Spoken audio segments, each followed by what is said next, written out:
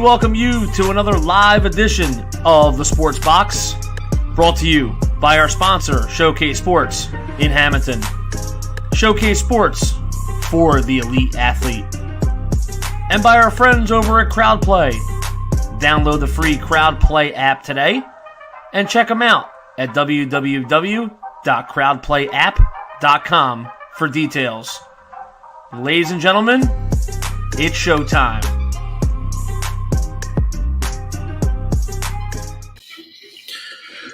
Welcome, Meads. Good to have you in the house. Our boy Paul Allen is once again MIA. He's still recovering from his Tijuana Donkey Show down in Mexico that he had, and all kinds of other fun stuff. So he's not going to be with us tonight, but I'm glad you're with us.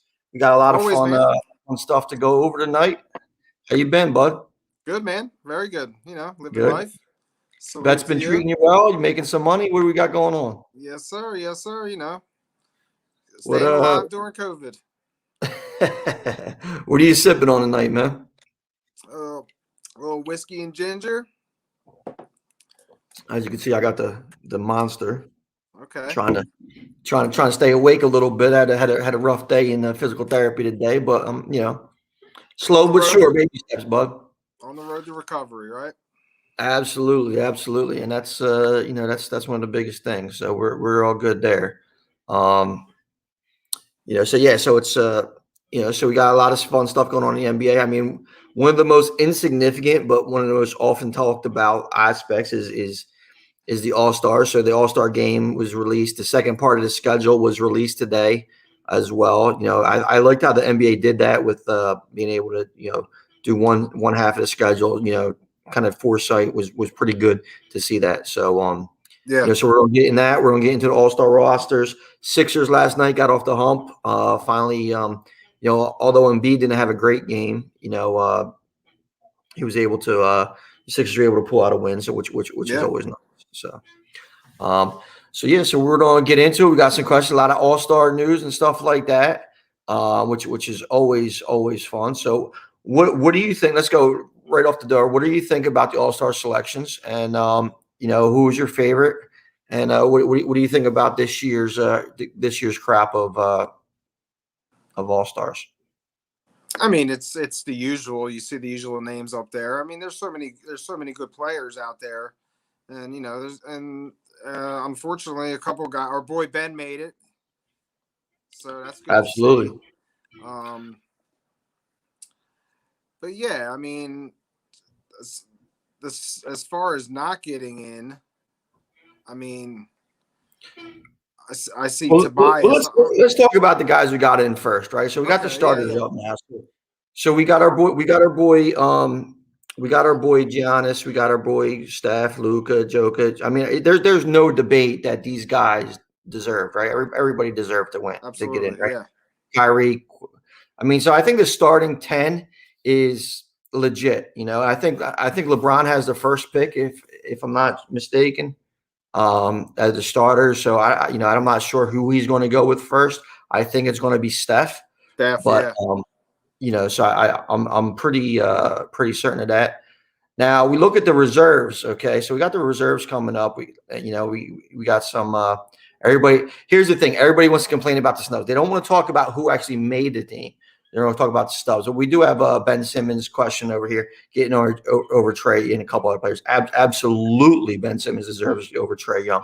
If you looked at the players voting, the players had Ben Simmons 6 overall on guards. Trey Young wasn't in the top 10.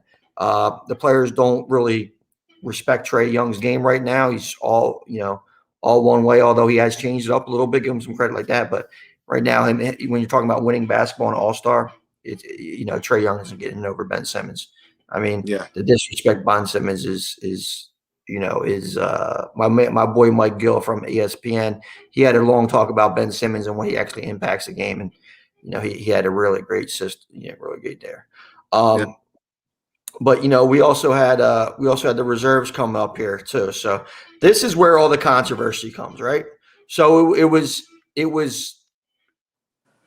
I'll let you comment on the reserves here. What do you got? Well, just coming in now, they're saying Devin Booker's gonna be an All-Star, which was we figured that the whole time with AD not going to be there to play. So I already had Booker in there, so that's just coming in. And yeah, I mean, these guys are all legit, man. Zach LaVine's been balling the last week.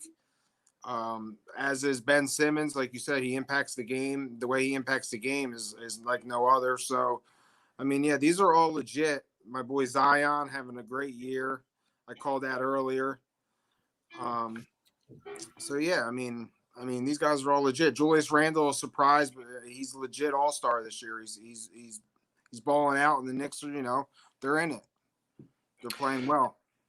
Yeah, and going quickly over the guys who made it. Like, so Devin Booker, putting Anthony Davis in there, I think is actually ridiculous. I mean, it was kind of just like a waste of time. It was a pride thing. It was one of those things where you're looking at it and you're saying he's not going to play. What's the point of even putting him in there? But they want to be named the All-Star, you know. So, and it has ramifications for his contract and all kinds of stuff like that. So when you look at it like that, you kind of understand a little bit of why they named him there. And I'm just happy that it was Devin Booker. I think that Devin Booker is a guy who's well deserving, and I think he deserved to be over some of the other guys that got picked, you know, for the team itself. So we look at the reserves here. You know, you're looking on the Western Conference. It's tough though. I mean, over Chris Paul. I mean, I think he should have made it over Chris Paul. Even though, I mean, Chris Paul's leading that team, and he's deserving also. But I mean, I think Booker's the man on that team, so I think he should have made that. He should have made it over him. Well, yeah, but the thing I think that set him apart is when you're looking at the Phoenix Suns, adding them created a whole nother level of player, right? Yeah, team. Agree. You know, so I think that's what gave them that's what gave them the separation between Chris Paul. You know, because you have the players vote, you have the coaches vote, and you have the fan vote, and it all kind of factors into it. So yeah, I mean, the turnaround that Chris Paul has done with the Suns, like he did with OKC and you know last year. I mean, you have to give the guy credit in this point of his career. You know how he's taking that step up and elevating these teams. Now, when you look at certain things here, you know, one of the biggest stubs that I have, Daniel Bakley, one of our co-hosts, appreciate him checking this out. Absolutely agree. Sabonis was a snub, was crazy. I agree. I think that might be in this area, fans are crying about Tobias Harris not making it, you know, and a couple of guys, as far as Trae Young was also mentioned. But Sabonis is the guy. I mean, he's a walking double-double. I mean, he's playing hard. And I think that him not making it is a shame. You know, I think he's well deserving. And here the biggest theme for some of these guys that were snubbed, like Trae Young and a couple other guys, and I'm gonna pull up this snub picture right here about guys who were snubbed. So you got Sabonis, Chris Middleton, Fred VanVleet. Christian Woods hasn't really played enough. Jeremy Grant plays on a horrible team. Yeah. But when you look at it, I mean, I think every one of these guys has a solid argument to be an all-star. Absolutely. I would say Sabonis. Now here's Brandon Ingram down in Pelicans. Now Zion gets all the hype, and Zion's been playing good, but Brandon Ingram has been steady too. I'm going to be curious when he gets his recognition. You know, but if I had to say the biggest snub, I'm going to agree as far as it's Sabonis, because here's the deciding factor for me. All right, they're in fourth place, right? Mm-hmm. In the Eastern Conference. It's not like there's an issue with like, oh, well, he's on a horrible team. Like Zach LaVine last year and Bradley Beal last year, both were averaging close to 30 points a game and didn't make the All-Star team. Mm-hmm. And their teams were horrible. And, you know, and you could say, hey, you know, that's the reason. So this year they're putting up similar numbers, and now they're saying, okay, these guys are really kind of busting through the door. Sabonis is playing on a winning team. He's carrying them. I mean, if you look at that team too, they lost Oladipo, right? They traded for Caris LeVert. Caris LeVert doesn't even play for them. I was playing, no. You know, I mean, he almost, you know, so they see his life. So, you know, when you're looking at all-star stubs, I think that you have to kind of really have him as the number one snub. How about yourself? I mean, Devin Booker, I think was everybody's number one. But now they did the right thing and put him on. So who are you looking at as your snub? Yeah, I mean, I was going to say the same with Sabonis. I kind of knew Booker was going to get in with AD, and then Sabonis was next on the list. And me personally, I would have liked to see, you said Tobias. I would have liked to see Tobias get in, but I think I mean, all those guys on the list are deserving. Jimmy Butler, you got Trae Young. So, but yeah, I believe it's Sabonis. He's just carrying that team. He's just a very good player. Yeah, and I don't think he gets the recognition that he deserves. I mean, like Dan said over here, he's averaging 21 and 11. I mean, and 6 a game. I mean, that's huge numbers. I mean, Henry mentions here about the Jokic had 40 points game last night. That's why he's named the starter. Well, he's not named the starter because he leads the league in most 40 points games. He's a fan favorite, and he was in top 5, and he's definitely going to deserve it. And if you take out Anthony Davis because he's been not really played too often, and he's going to be out past the All-Star game. There's not really another center that really deserves it. Gobert is. I don't need to see Rudy Gobert in the All-Star game. I don't know about you. Yeah, there's no defense in the All-Star game anyway. So that's what he offers. So right. So when you're looking at in that aspect, there's been also a lot of, and I don't think Mike Conley was in the picture too, but there's been a lot of issues with people saying that Mike Conley deserved it and he should have been the sub and blah blah blah. I don't see it. Like Utah is on this phenomenal run, but when they lost Conley, they didn't miss a beat. No, they kept going. Yeah. So if I'm looking at that team, I'm looking at one All-Star. And that's Donovan Mitchell. Spider Mitchell in, and then that would open up another spot for somebody else. What do you think about Morant? Has he played enough this year? I know he was banged up earlier. Ja's an exciting player. His team's not in the playoffs right now. Yeah. I mean, he's not really putting up the numbers that you could say, hey, this is trying to, he deserves it no matter what. You know what I'm saying? Like it's, I'm trying to find him here for his stats.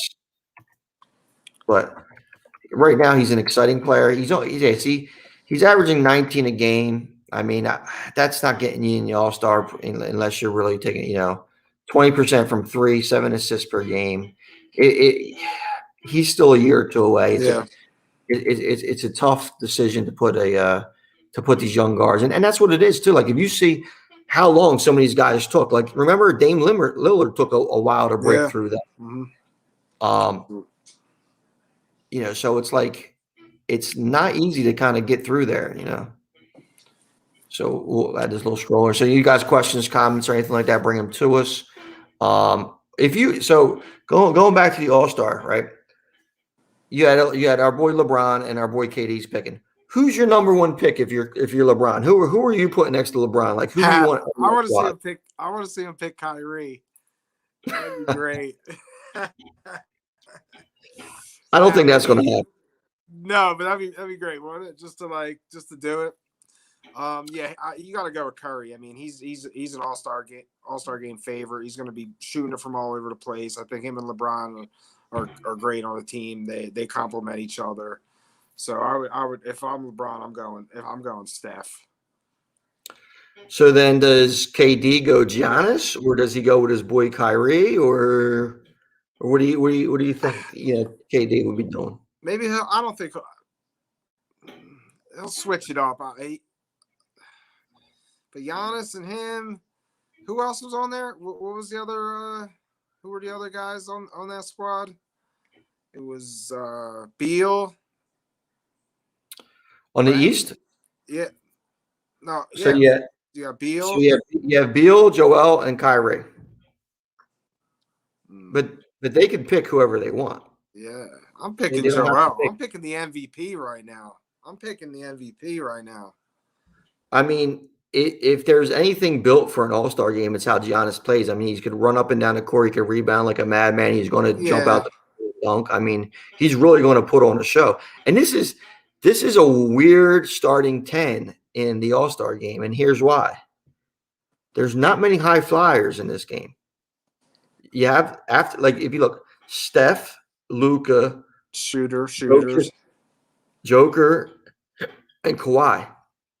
That's not a lot of running, jumping, throwing the ball, alley oop kind of thing. Mm-hmm. Then when you look at the Eastern Conference, you got Bradley Beal and Kyrie Irving. I don't even know. I mean, Beal could dunk and Irving maybe could dunk, but I mean, I haven't seen it in a while. Then you have Joel. You know how centers go up and down the court.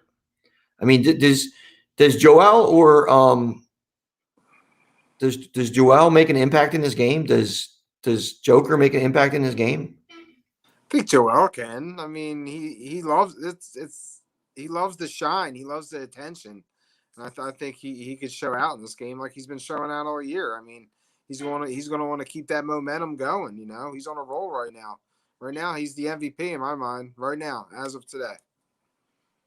So I could see him having fun, dropping 25.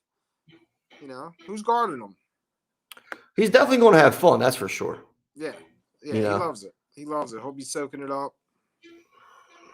Can he keep pace with anything as far as can he keep pace with the game though? Like, is he going to be running up and down the court? I mean, listen, we've seen him, absolutely get gassed, and at the end of the season, it looks like he's a little bit better shape now. But I mean, if I'm the Sixers, how many people do I want coming through? Yeah, no, I hear you. I understand. I just think it's his. He loves the spotlight. He loves the attention. I think it's a game that he'll have fun and do well. Yeah, I mean, he is. The crowd is going to be interesting to see what they allow there. Now you have the mayor of Atlanta already saying, "Don't come to Atlanta. They don't want fans. They don't want," which is kind of weird. Some stadiums are now allowing a little bit more fans interaction and stuff like that. I mean, how they're going to have a dunk contest and a 3-point contest, everything still. Zion mentioned that he might be interested in the dunk contest. Yeah, I heard that. I mean, what do you think about Zion in dunk contest? I think it's great. I mean, it's incredible to see a guy that size do the things he does. So, I mean, I'm always all for it. I'm all for it. Does he have a chance to win? Who are the contestants this year? I did not see. Who's Well, going? you have to think Damon. You have to think Damon. They haven't named them yet, but I mean, announced it yet? Zach LaVine is going to be there, so maybe he goes. Damon Jones. I mean, big men in dunk contests. You have Sean Kemp, you have Aaron Gordon, Dwight Howard. I mean, Are they gonna have? I'm assuming they're gonna have the celebrity judges like they always do. So that could favor him. It can. I don't. I mean, he obviously he has the power, but the creativity is the creativity there. I don't know. I will not be betting on him to win a dunk contest. That's for sure. No. I just think it's one of the most impressive things, though. The things he does, the guy his size. So just the overall like shock value, some of the stuff he does. So getting back to some of the stuff he does, though, for somebody that big, that strong, and that athletic, his rebounding is pathetic. I mean, Charles Barkley called him out on it. I mean, is he going to be able to eventually, like, it seems like he floats around the perimeter a lot. Yeah, but I think that's something, that your game could easily evolve, and, he'll get in there and start doing it. He's still young in the game, don't forget. So, I feel that's something that he could adjust to and will do in time. But now you have the weight factor. So is he going to be constantly battling weight when he's not active? He floats around the perimeter a lot. He picks his spots. I mean, it's not like you would think that, like,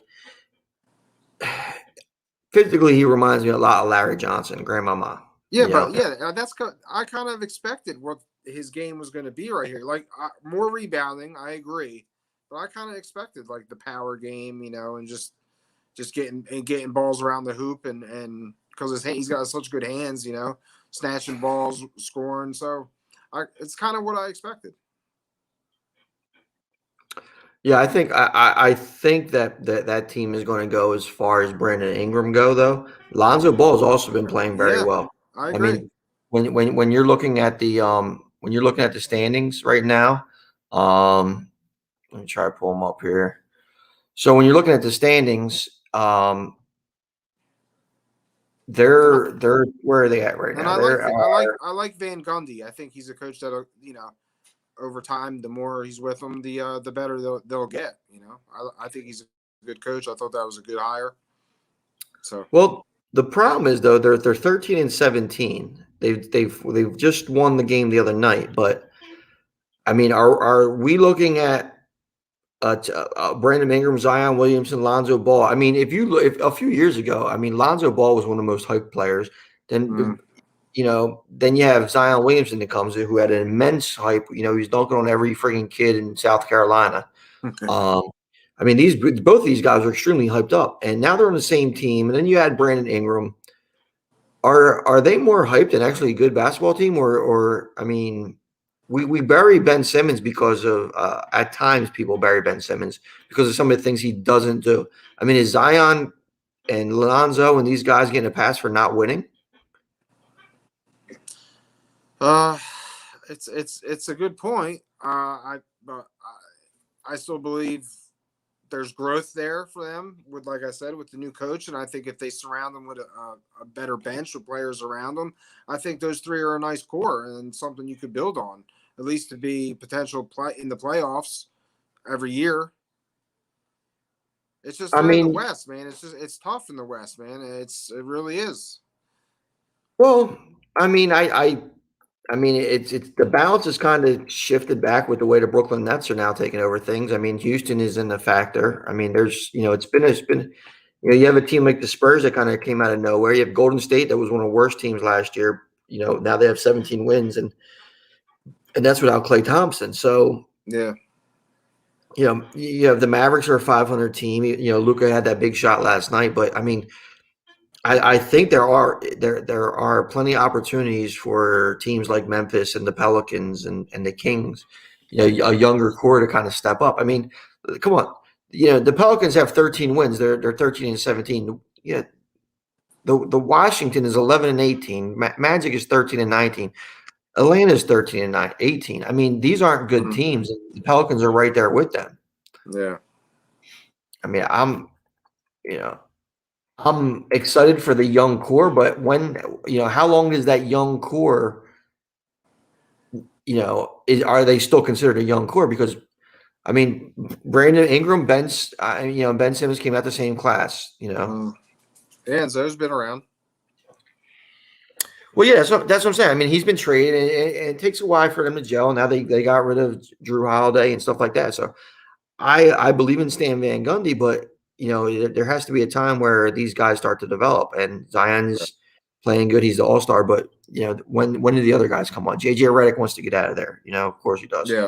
I mean, and like he says, most of the team is very young, but I'm not 100% sure that when you look at it, I mean, they're not as young as people think. That's one of my points. Steven Adams, not young at all.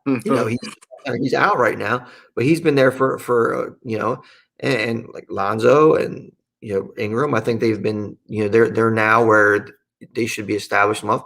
They have veterans like JJ Redick, Josh Hart. I mean, these guys are play. I mean, I think maybe people are undervaluing Drew Holiday. Now, if you look at Drew Holiday in the All-Star voting, Drew Holiday is a player that they lost, but they also when you look at how many players voted for him, he was top. He had more votes than Trae Young and a few other people and Westbrook and these guys. So he was a talent that people really respected, and he's not there anymore. So I'm just thinking, when did they stop getting a pass to go next day? Because if you look at, I mean, we talk about young teams. I mean, we have the Sixers in first place, right? In the Eastern Conference. Well, they're bringing. They have, although their core. They added Danny Green. They have Dwight Howard now. Tobias isn't young by no means. Joel isn't young, but he obviously he's not old, and Bennett is the same age as Ingram. So when you look at their starting roster, yeah, Sixers a little bit older, but when you go to the bench with Shake Milton and Tyrese Maxey, and he's Korkmaz is older, but I think he came out of Alonzo Ball's class. So you have there's tons of young players contributing into the NBA. So let's stop getting these. Here it is, Paul. Yeah, Paulie got lost in Mexico. Yeah, he did. They didn't let him cross the border. He was trying to smuggle some cocaine, and they didn't let him back on the plane. And I think he might have got stuck doing a donkey show too. So, yeah. So Paulie, Paulie's a little MIA. Hopefully, he's not tied up in the back of a trunk somewhere and going to the Meadowlands. But Paulie, I don't know what we're going to do with your nephew there, bud, but we'll see. It's crazy. I don't know what we're gonna do with him either. Yeah, I don't know, but yeah. So I mean, there's a lot of these teams that are coming together nicely though. What did you think of What do you think about the game last night with the Sixers versus Raptors? I mean, we touched on it a little bit when we opened the show, but I really want to get into it a little bit more. I mean, it seems like the Raptors, and you mentioned it last night during the game, the Raptors have Joel Embiid's number for certain steps. So what are you thinking up there? Yeah, I mean, as we were watching, I mean, I'm watching it, and he's not scoring, but the Sixers are winning. So, it was good to see that guys were stepping it up. Tobias, Ben, and my boy, he scored, 16? I can't even say his name right now. He scored 6. Yeah. Korkmaz, yeah. He scored 16 in the first quarter. Finished with 19. But yeah, I mean, that was good to see. But I mean, this team goes as far as Joel's going to take them. And Toronto, the last 2 games they played, he struggled because they had a good defensive plan, and they got guys that body him up. And and so it was good to see him get a split. It was good to see him come back and hold on to that lead, even though Danny Green was trying to give it away at the end of the game. I don't know what the hell he was doing. So it's like, oh man. So it was a good win to get back on track. Joel finished with 18. I mean, he was able to contribute on the line. So it was a good win. Yeah, I mean, sometimes you got to win those ugly games, and I don't think the Sixers. Honestly, I don't think the game was ever really in doubt. When you're looking at it like that, I think what the Toronto Raptors do very well, and they started a very small lineup. I think Siakam was actually starting at the 5, and then they bring in Aaron Baines and Boucher off the bench. Now, Aaron Baines is somebody I mentioned. Gives Joel problems. Gave him a lot of problems in the series in Boston. But what Toronto does very well is they force Joel a certain way, and they trap for him from the backside. And something he still struggles with is passing out of the double team. It just has to do with him trying to continue to learn the game, be better, and grow that basketball IQ. What we talked about.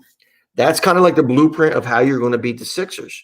And the thing that we saw last night that we haven't seen in the past is that you actually had shooters making shots. Yeah. So, I mean, with the way Ben drives and kicks out, you're going to get open threes regardless. But then if Joel can start making that extra pass and passing out a double team a lot quicker, that's when you get guys, like Tobias shot the ball very well last night. Korkmaz, you're going to get shooters open. Shake Milton came off the bench. I think he was 3 for 3 or 3 for 4 shooting threes.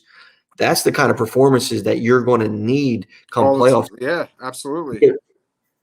Because, a guy like Aaron Baines, I mean, like he didn't, Aaron Baines himself isn't stopping Joel Embiid, but he's a strong player. He's a fundamentally sound player, and he's able to play his position, and he's not afraid of banging with Embiid.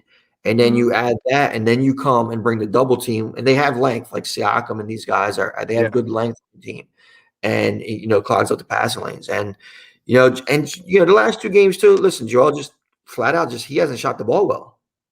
True. After the 50-point game, he couldn't miss that game. If you go back to Friday night, he could not miss. It was an incredible shooter's ball averages, right? It works the same way. If you're a shooter and you go over, if you're a 50% shooter and you go over 20, then you're probably gonna go 20 for 20 at one point or something like similar. You're gonna be a 50% shooter. It's all gonna even out at the end. And this is Joel. What I want to see from the Sixers coming up in the next couple of games before the All-Star break, I want to see Joel and Ben, because Ben had that 42 piece. He was a monster, career high, and then he goes out for a couple games, and Joel has his 50-point game. I And now know they you come got to back. bring it together. I want to see that. I want to see them Me too. dominate together. Me too. Yeah, because that's something that we haven't really seen too much. And I don't think it's for People's head for will any explode reason. if that happens. If that starts happening, people's heads are going to explode. I'm telling you. Well, yeah, it's quite possible that happens. I mean, that's one of the things that we want to see. That's one of the things I was looking for. My buddy Kevin, who chats us up on the show a lot of times. When we see that, that's what really is going to make this team go to the next level. Is Tony, both of them dominate at the same time. What I don't like seeing is sometimes with Ben though is he tends to disappear in the fourth quarter. The other night he disappeared again, and he kind of like you don't hear from him in the fourth quarter, and I don't like that. I want more assertiveness in the fourth quarter with Joel.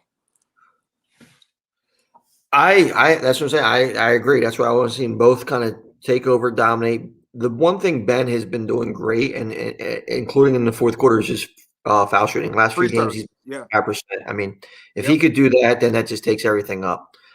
Gerald's got a question here about bringing up the blue coach to see what they have to help the bench. The blue coach, Paul Reed's down there. He's doing a really good job down there. I mean, there's not a ton else that they couldn't play, but it's very interesting if you look at what the Sixers are doing with their roster. Harris, Green, Embiid, Simmons, and Shake Milton all played over 30 minutes last night's game. Yeah, it was good to see Shake played 28. I like seeing Shake back.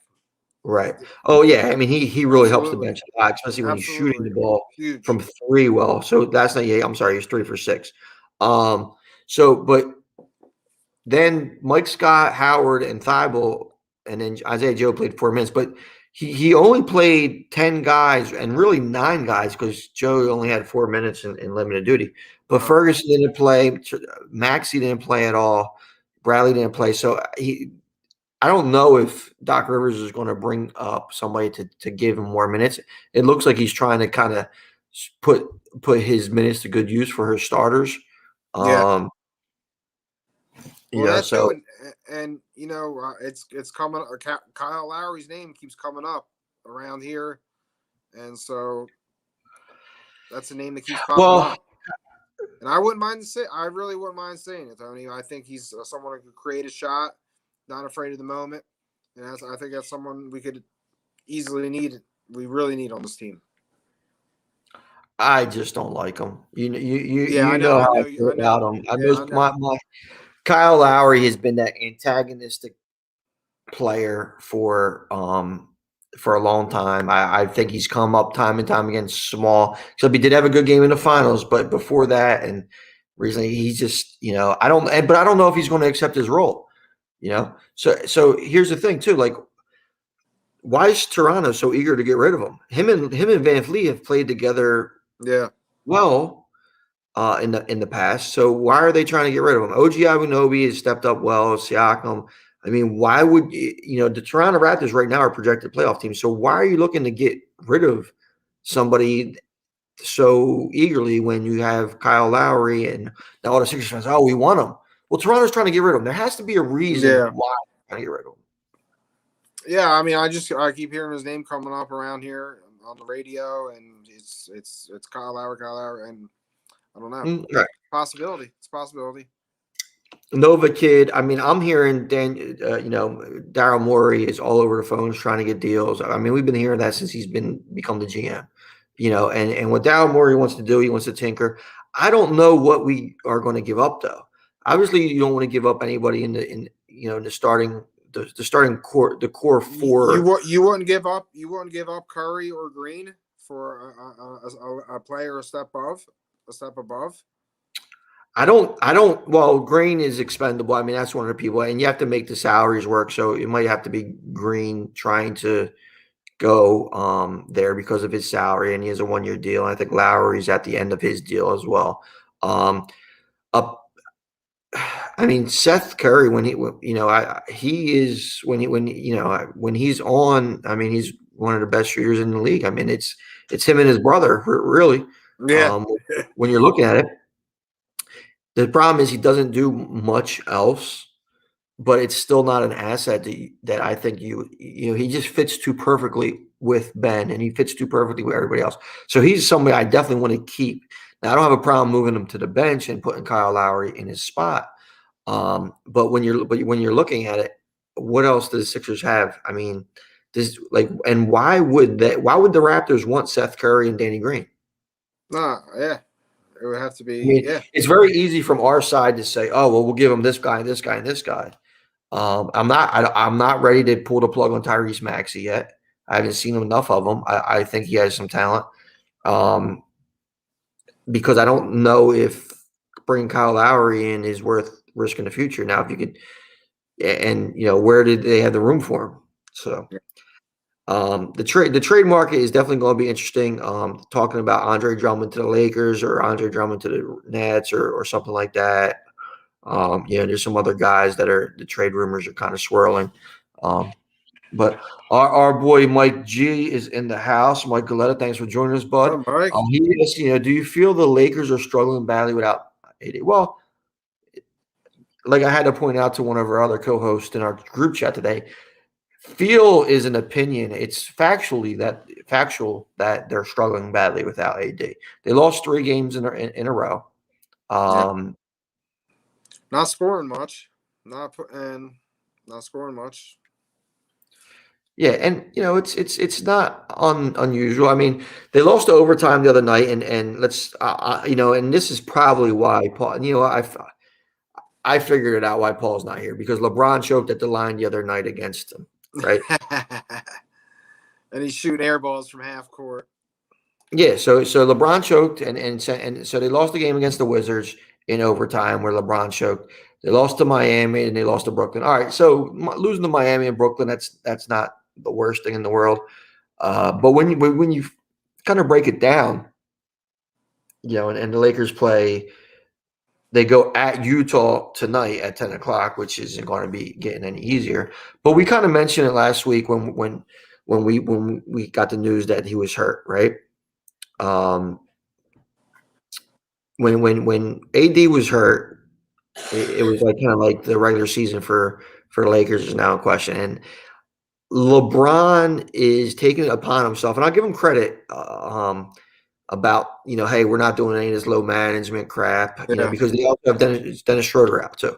No load management, no, I'll play my way through this, and everything like that, which I give him respect for. But, I don't know if this is the period right now where you want to just try to play 48 minutes every game and kind of try to force your will into every game. You know what I'm saying? Like, I think this is a point that he might want to grab some early rest before the All-Star break. Yeah, I mean it's pretty much they're not going to get the first seed with the AD injury. It's not going to happen. And I don't think they were trying to either, right? No, but I mean, I think if AD's healthy, they just stumble into it. To be honest with you, I mean, I think they would have rolled on, but yeah. Well, even with the way Utah's playing. I mean, do you believe in Utah? You think they could keep? Oh no! I mean, I would place my money on the Lakers. Well, no, well, then you also have the Clippers too. I mean, coming into the season, we talked about the Lakers, and this is why LeBron's comments now are. It's better to hear, because his comments before the season was like, oh, we got so many games and it was such short rest and everything like that. So we kind of anticipated them not even going for the 1 seed, right? We expected more load management and everything like that. Now you have LeBron talking about he wants to take, he wants to play minutes. He doesn't want to sit. But, what's the problem with him sitting tonight against Utah, right? LeBron will go out there and have 35, 12, and 12, and they lose a close game to Utah, or they get, or whatever, how they've been doing the last 3 games. Or what's the difference if they lose by 20, LeBron sits and just tries to get a little bit extra rest for the home stretch? Because the Anthony Davis injury it's not like the All-Star break comes back. The All-Star break isn't over, and Anthony Davis all of a sudden is healthy. That's a tough injury. Yeah, You know? no, it's gonna be a while. Yeah, so it's one of them, it's one of those injuries.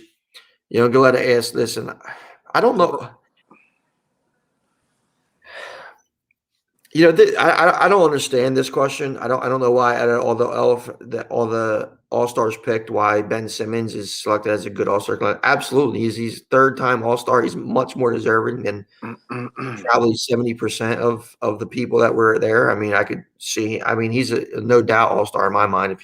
If you watch the games and see how he affects the games. How about you, Ant? Yeah, I agree. Ben Simmons is an all-star this year. He's come on lately, and he's really shown that he belongs. He's just a special talent. One of the things I think people don't. I don't know why that's still up there. One of the things I think people overlook too, right, is the impact that some of these agents have and their pool within it. Ben Simmons has the same agent as LeBron.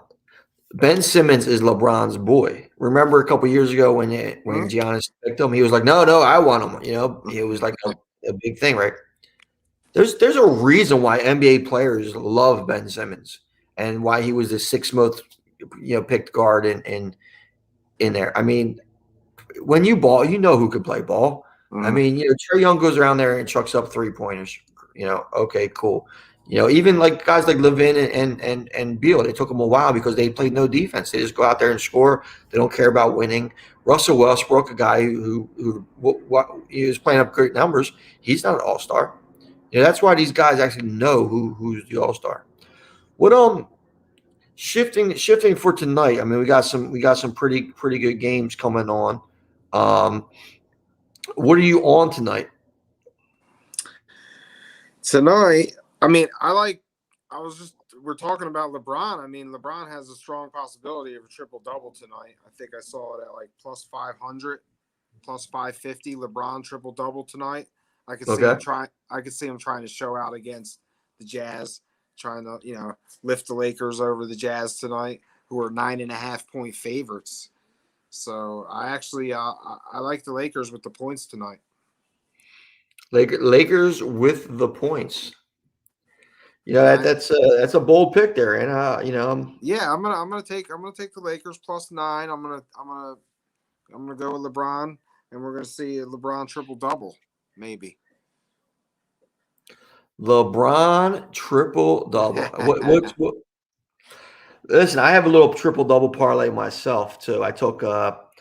I'm big on revenge and motivation in games like this, right? Okay. So when you look at this biggest snub, Sabonis, right? I got him over 22. I got him over 22.5. Okay, yeah, they're at the Warriors, them and the Warriors tonight. Absolutely. Nice. I have him over 22.5. Another snub is Brandon Ingram. I have him over 24.5.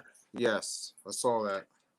I got Shea Alexander, who I think is having a phenomenal year. De'Aaron Fox, Shea Alexander, John Morant. I think that's that next tier of exciting guards. Oh, there she is. There she is. Hey. I think that's the next tier of exciting guards that are going to really impact the NBA. And I have them with triple double. Shea is at plus 1,100, and I got Sabonis as a triple. Sabonis I took as a triple double as well at plus 800. Okay, I'm rooting for you on that one. That's a big one. I like that. Okay, but listen to this. Then I put them together too. A triple double parlay. I hit one last week. Oh, it was beautiful. I saw one that was posted today on Barstool Bets. Some guy hit one like that, or he hit something like first basket, and then he had the tie and he had Michael Porter for the first basket in the Nuggets game.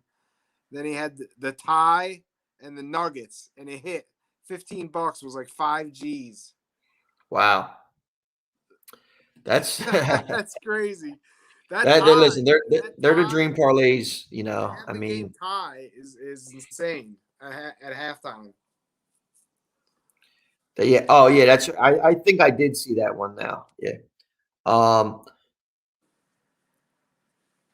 So what else I got? What else? I'm looking. I got Sabonis over 12.5 rebounds. So I'm big on Sabonis tonight. Triple double, over points, over rebounds. I think he's going to be motivated to take that next level, show people that he's really an all-star, and I think he's going to go out there and try to impose his will against the Warriors team that really doesn't have much in the middle, you know. Yeah, So I mean Draymond, I mean Mr. Triple Single, get out of here with that. I also got Draymond. You could ride the Draymond over assists prop. He's been dropping double-digit assists. he has. So that's a good one. That's at 8.5 tonight. Is it? I think you got to take it then, right? Yeah, I I mean, think that he's trending that strong that you gotta kind of take it. And then I got Trey Young over 2.5, 2.5 3-pointers. 3-pointers. Okay. I think he's going to look. Let's see if he's got that game is on right now. I think it's just. He has 0 points. It just started, I believe. 5 minutes in. Does he? Yeah, it's 5 minutes in. 15-13 Hawks. Well, there you go. What do I know? Then what is the other one I have? And the I like Ingram tonight for the Pelicans. Yeah, that's the one I'm on too. Over 2, they're playing Detroit. They play no defense, Detroit. Yep. So I mean, it should be some interesting games tonight. And one of the things, and I also was looking at maybe trying to hit Booker as well, but Booker, he just got named the All-Star team, so who knows what he's going to do. But yeah, I saw that he averages 21, and they got his number tonight pretty high. It's like almost 24. I think I saw it 25. It's who, Booker? Yeah, thought I saw it. I thought it was even higher than that, to be honest with you. Yeah, I mean he's only averaging 21, so that tells you a little something, maybe. Definitely. Yeah, it was. What was it? The game the other night. The Suns beat. Who did the Suns play? Suns Lakers, maybe Suns Jazz. Suns beat somebody, and I took Chris Paul to have a good game. He had a great game, except he didn't score. I think he had 1 point. Everything else, though, right? He probably had 17 assists, something like that.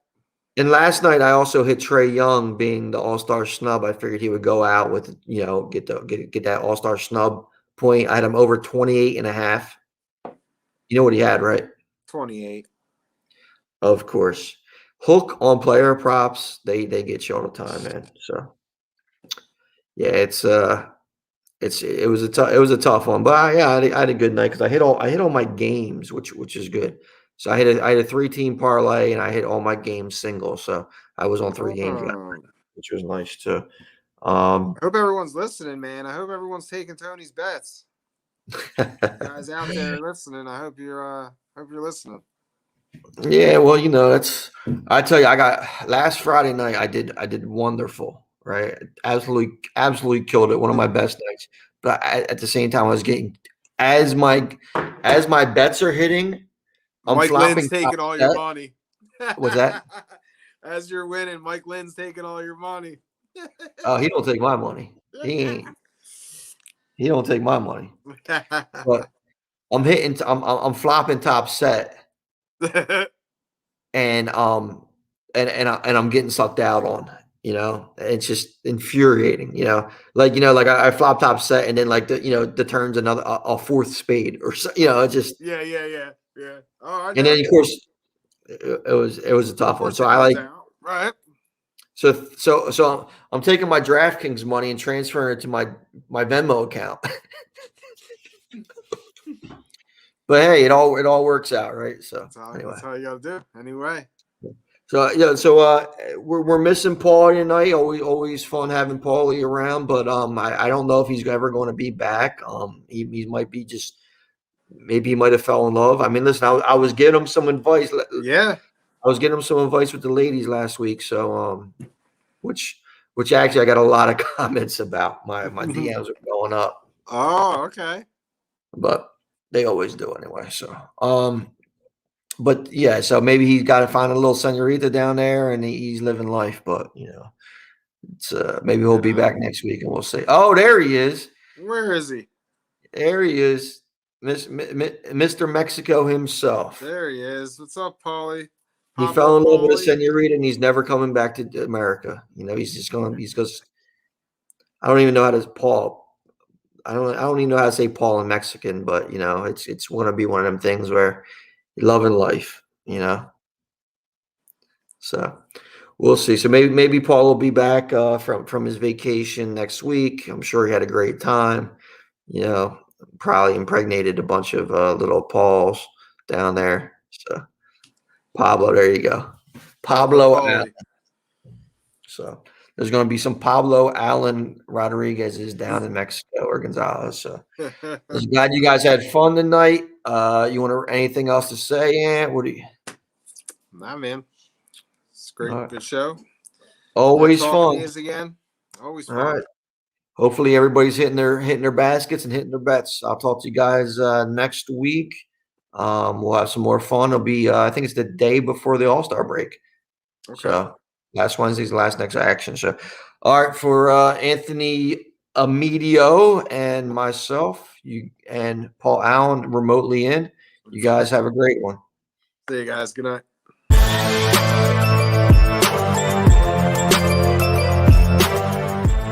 Thank you for watching this episode of Baseline Jumper on the Sports Box. Please remember to follow us on all of our social media outlets. On Facebook at Sportsbox Show, Twitter at Sportsbox Show, Instagram at The Sportsbox Show.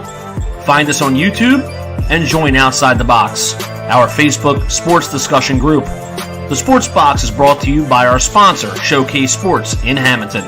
Showcase Sports for the elite athlete. And also our friends over at CrowdPlay.